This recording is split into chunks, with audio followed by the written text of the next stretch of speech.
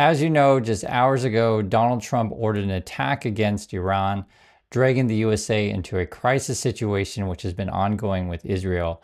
I want to give you guys the latest and Iran's response, and let's just jump right in. So this is the headlines here. Trump touts Iran bombing, warns more strikes could come. Iran has issued some statements, and we're going to watch this together. This is the foreign minister. With the aggression by American forces to our nuclear facilities. The Islamic Republic of Iran condemns in the strongest terms the United States' brutal military aggression against Iran's peaceful nuclear facilities. It is an outrageous, grave, and unprecedented violation of the fundamental principles of the Charter of the United Nations and international law. The warmongering and lawless administration in Washington is solely and fully responsible for the dangerous consequences and far-reaching implications of its act of aggression. The U.S. military attack on the territorial integrity and national sovereignty of a UN member state carried out with genocidal Israeli regime, carried out in collusion with the genocidal Israeli regime, has once again revealed the extent of the United States' hostility towards the peace-seeking people of Iran. So, as you know, Trump is also threatening more attacks against Iran. And basically, Iran's response is you're in collusion with Israel, right? So now Israel and USA attacking Iran. And they're threatening retaliation. But I do want you to see this whole thing because it's important to hear different parts of what's going on.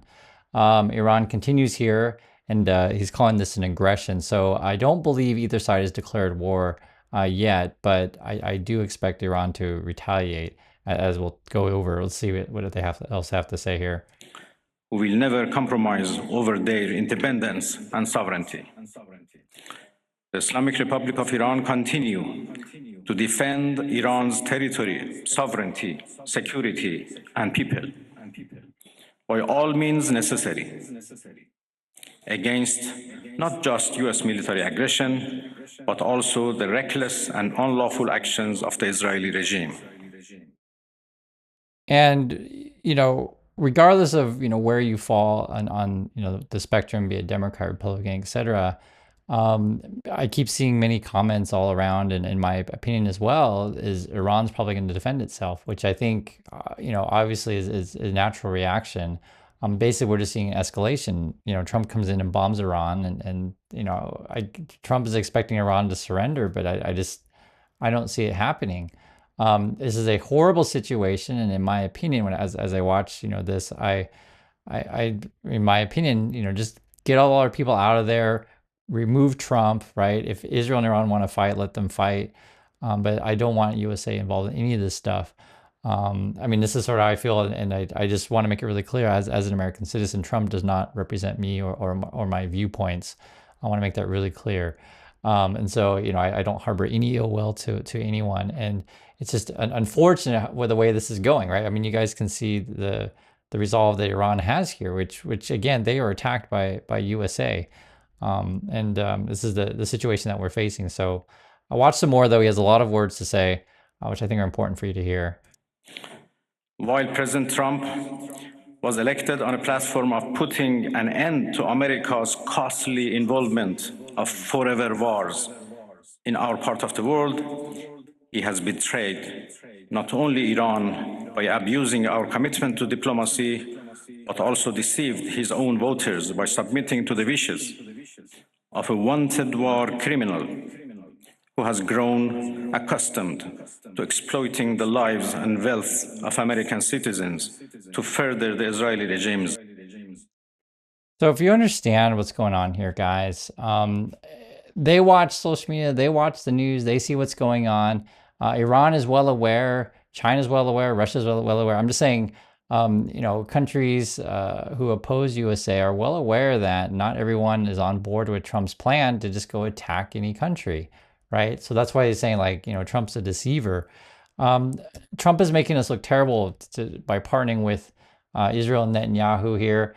What the foreign minister is referring to, you can see here, International Criminal Court arrest warrants for Israeli leaders and the war crimes in Gaza. You guys can read this stuff. I just wanted to show you guys what he's referring to.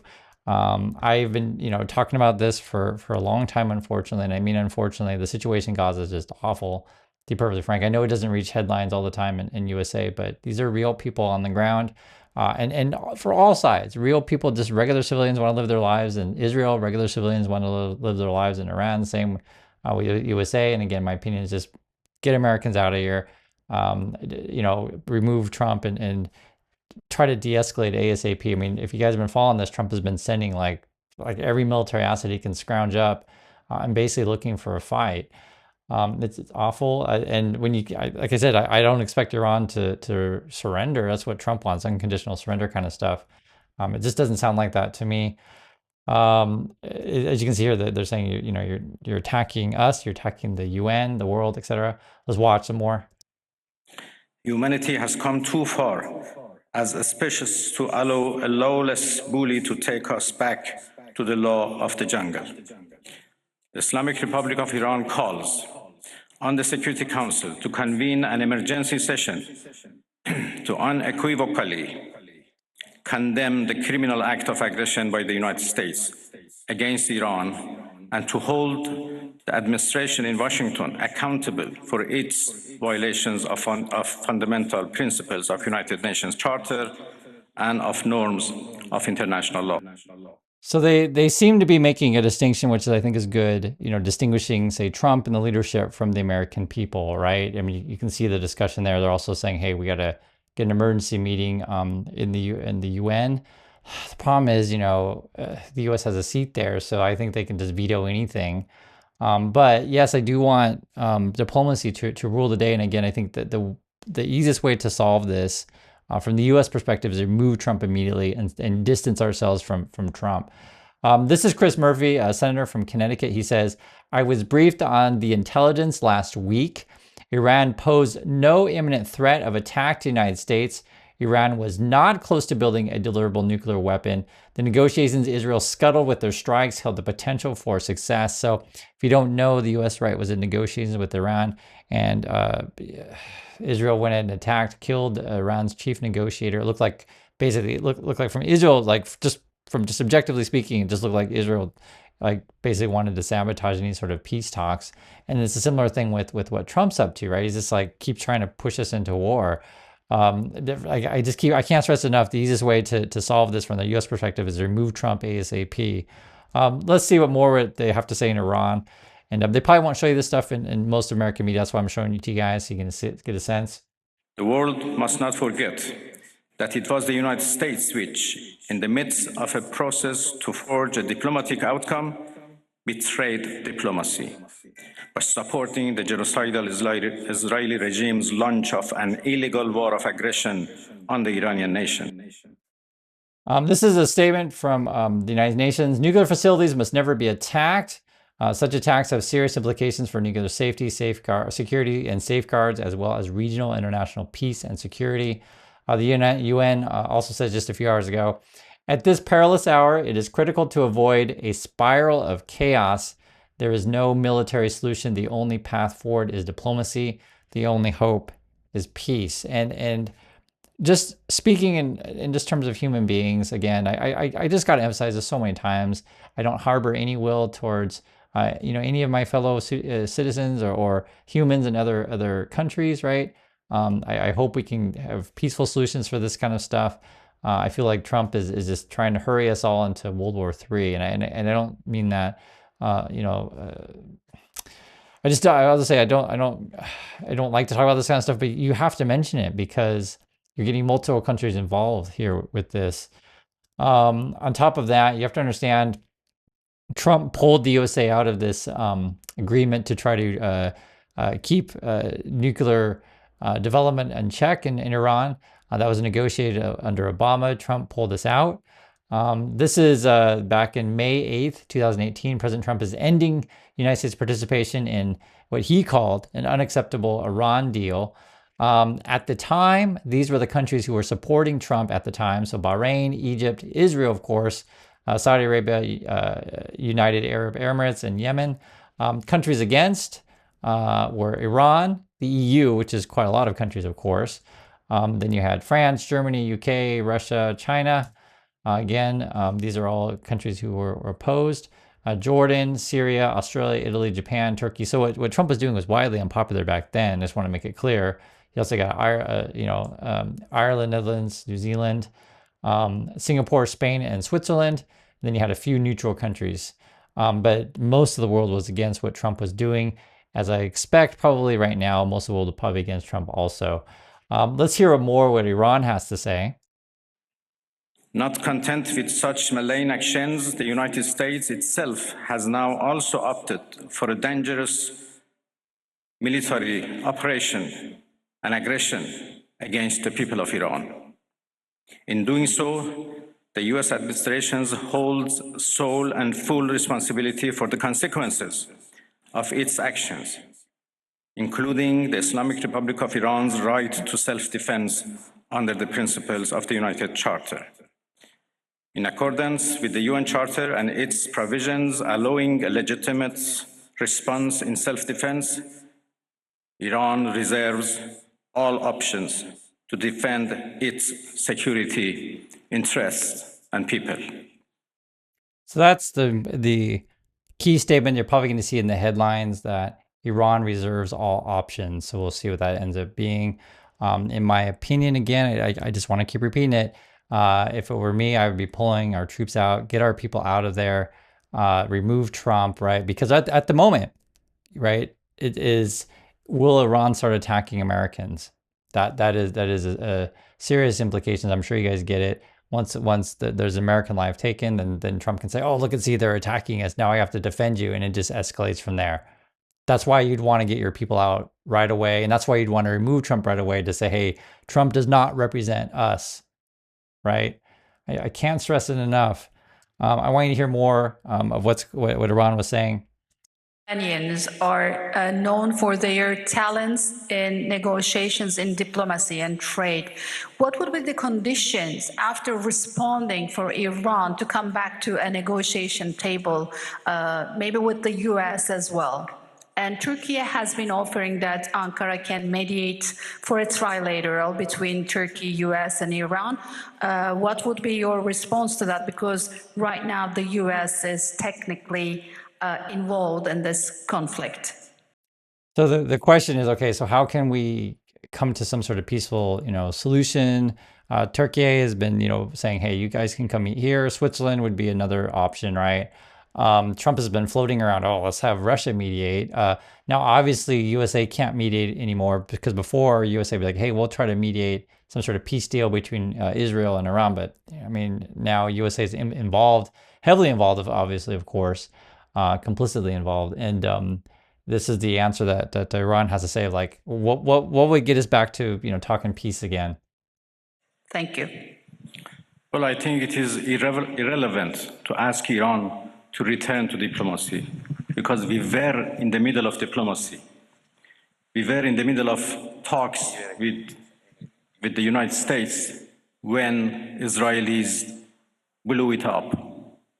And again, we were in the middle of talks and negotiation with Europeans, happened only 2 days ago in Geneva, when this time Americans decided to blow it up. We just, and I'll just say this, I feel deep shame as an American right now, is that Trump is pulling us into war, right? I mean, you can see right there, and we've talked about this before on the channel, right? There's negotiations happening, and Israel decided to attack. And as he stated right there, we just had talks in Geneva. And in fact, what Iran was saying, hey, we will come to the table, we will keep talking to you, just stop shooting, basically, right? And then it was Trump, and Netanyahu. Trump was like, oh, I don't care about our intelligence, I'm blah, blah, blah, right? He was literally like, asked, hey, our intelligence saying Iran doesn't have anything, and Trump's like, I don't care. And then they're like, well, what about a ceasefire? And Trump's like, well, Israel's doing well, Iran's doing not well, so why would I quit shooting? And that's why Iran was making it publicly saying, hey, we will come to the table and talk sincerely, but our condition is stop shooting us, which I think is a very reasonable thing to say. I mean, what do you expect, right? You can't negotiate with someone if they keep shooting at you, right? Like if you're seriously going to have to even listen to some more though, but it just we're in really bad footing at the USA, and again, get our people out, remove Trump. Let's see what more Iran has to say here. So we were in diplomacy, but we were attacked militarily. So it was not Iran, but the US who betrayed diplomacy. They betrayed negotiations. When at the middle of negotiations with us, they gave green light to Israelis, if not instructed them to attack Iran's nuclear facilities. And we'll probably get more reports of that later. So what we do know regarding U.S. collaboration with Israel, I guess Israel informed Trump ahead of time that there were going to be attacks. Trump and the United States were still negotiating, right? So it's basically a surprise attack by Israel because, it makes USA look really bad here. And then USA or Trump specifically, well, again, we don't know all the details, greenlit some Iranians to be targeted individuals, but Trump said don't kill their leader. That's essentially what the reporting has been. So this shows that the USA was complicit, was working with Israel. To what extent, right? And even Iran is saying kind of the same thing. We know they're working together, but how deeply did they order Israel to do those things? We won't know for a while yet. But again, you got to remove Trump. The attacks that were just a few hours ago, and Trump's threatening more. Were 3 spots. You can see there, Fordo, Natanz, and Isfahan. You can also find my other videos where we talked about this. I'm just trying to keep you guys up to speed. Other countries, be it Saudi Arabia, Qatar, and Egypt, we're all putting statements. Saudi Arabia is like, this is a great concern. Qatar is saying, this expresses regret, and Egypt saying we need to, they're condemning accelerating escalation, hoping for a political solution. I mean, generally speaking, countries don't want instability, which Trump is creating. Remember, Trump is also declared already, I should say, a global trade war on the rest of the world. I mean, Trump's got to go. I don't know how else to put it. It's plain as day. Let's see some more of what Iran has to say, though, because I think it's important for you guys to see this stuff. I think they have proved that they are not men of diplomacy, and they only understand the language of threat and force. And this is very unfortunate. The United States showed that they have no respect to United Nations Charter. They have no respect to international law. They have no respect to any international law regarding, managing the board and facing challenges of the board. A lot of this, what he's saying, it really sounds like he's talking directly to Trump, right? Having no respect for other countries, no respect for national law, these kind of things. And we've known this all along, right? We've known this stuff about Trump. But this is just, we're at a very serious turning point. And for those of you who are on the fence, haven't been following the story that much, right? I encourage you to watch my other videos on these kind of things. I'm just trying to, inform you guys of what people are saying. I mean, if you watch Trump's speech, he's just talking about God this, God that, right? You don't hear any of this kind of stuff here. Basically, from Ron's point of view, it's just like, we're working in good faith and you're attacking us. Like, we have to defend ourselves, which, again, I think is reasonable. I feel sorry and angry about this whole situation. And again, I just want to make it really clear to separate the people of the USA from Trump, right? Even Iran itself is like, Trump is a deceiver, betrayer, and you can hear his language that's really directed at Trump. Let's hear some more. There is no red line that they have not crossed. And the last one, and the most dangerous one, was happened only last night, when they crossed a very big red line by attacking nuclear facilities. I don't know how much room is left for diplomacy. We are now calculating the damages. And as I said, the damages are not only for our nuclear facilities, the damages are for the United Nations Charter.